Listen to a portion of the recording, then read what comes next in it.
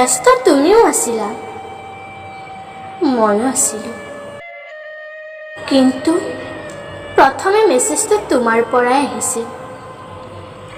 কি কৰিছা, কি খবৰ ইত্যাদি। তোমাৰ প্ৰতি মোৰ মৰমবোৰ আছিল যদি সীমা পাৰ কৰা নাছিলোঁ, শুভাকাংক্ষী হৈ থাকিব বিচাৰিছিলোঁ।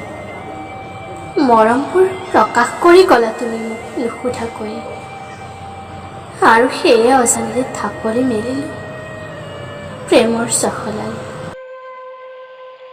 সকলোবোৰ ঠিকেই আছিল, মৰমবোৰত হেনো কিনো বিষ লাগিল, আজিও মই উত্তৰবিহীন।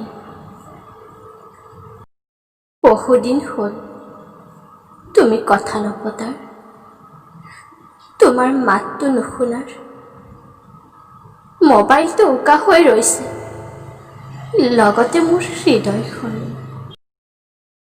ব্যস্ত আগতেও আছিল, কিন্তু জানিব মন যায় এতিয়া আৰু কিমান ব্যস্ততাত থাকা।